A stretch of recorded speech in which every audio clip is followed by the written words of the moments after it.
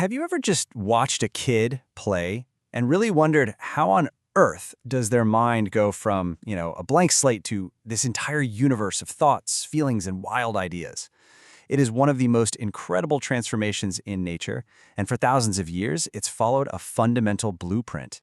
So let's get right into it. How does a child's world actually take shape?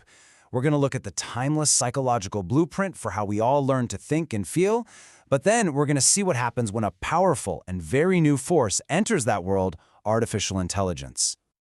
Okay, first up, let's talk about the brain's operating system. A child's mind isn't static, right?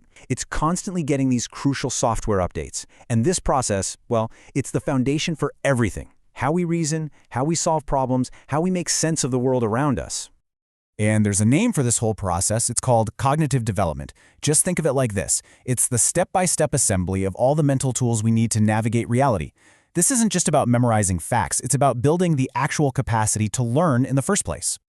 And you can actually see this whole journey mapped out right here. The famous psychologist Jean Piaget laid out these 4 key stages. First, as babies, we learn physically, through touching, tasting, seeing. Then, as toddlers, we start using symbols and words, but logic isn't really in the picture yet. After that, we start thinking logically, but it's all about real things we can see and touch. And then, finally, we get that massive update where we can think abstractly. We can imagine, we can debate hypotheticals. The key thing to see here is that this entire progression is built on real, tangible world interaction.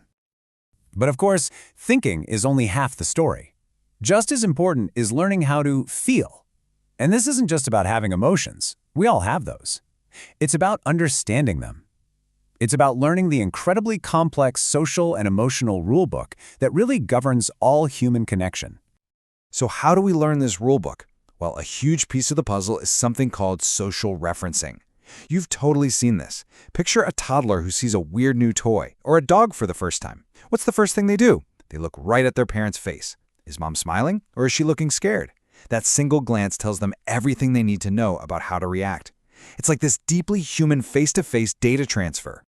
And the science on this is absolutely crystal clear. As this quote says, infants actively inspect faces. They're not just passive observers, they are like little detectives searching for emotional clues on the real expressive faces of the people they trust. This is where empathy begins. And this is where we get to the heart of our modern challenge. For pretty much all of human history, that face has been real. It's been human. It's had real feelings behind it.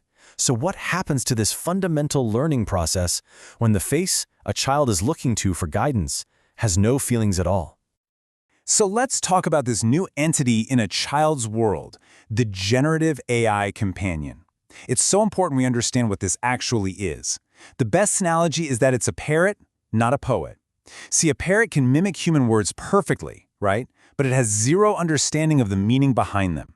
AI is basically a super advanced mathematical system that just mimics human language by predicting the next most likely word. It doesn't know anything. It doesn't feel anything. And this slide just puts the difference in stark relief. I mean, look at this. On one side, you have human connection, empathy, shared experiences, genuine emotion. On the other side, AI interaction, data patterns, probability, and just incredibly sophisticated mimicry. It might look like connection, but it's not the real thing. Now look, these tools can be fine. They can even be helpful, but researchers are really urging us to read the fine print, because there are some significant unseen risks when this kind of technology interacts with a developing mind that is still trying to learn the blueprint of what it means to be human. Okay, the first big risk is something called anthropomorphism. It's our very natural, very human tendency to give human qualities to things that aren't human. The danger here is a child tragically mistaking a math-based chatbot for a real friend and pouring their heart out to a machine that has absolutely no capacity for empathy, loyalty, or genuine care. The second risk, an AI is only as good as the data it's trained on. And right now, that data, which is scraped from the internet, overwhelmingly reflects a white, Western point of view. Now, for a child who is just forming their picture of the world, this can create a really narrow and biased reality, accidentally reinforcing harmful stereotypes about other people and other cultures. And finally, there's privacy.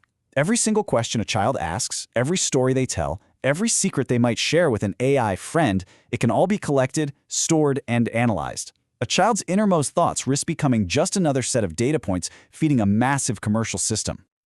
So where does all of this leave us? The point here isn't to just reject technology, but it is to be smart about its proper place in our kids' lives.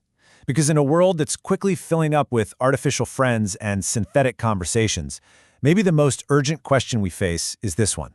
How do we teach the next generation the irreplaceable value of real, messy, beautiful human connection?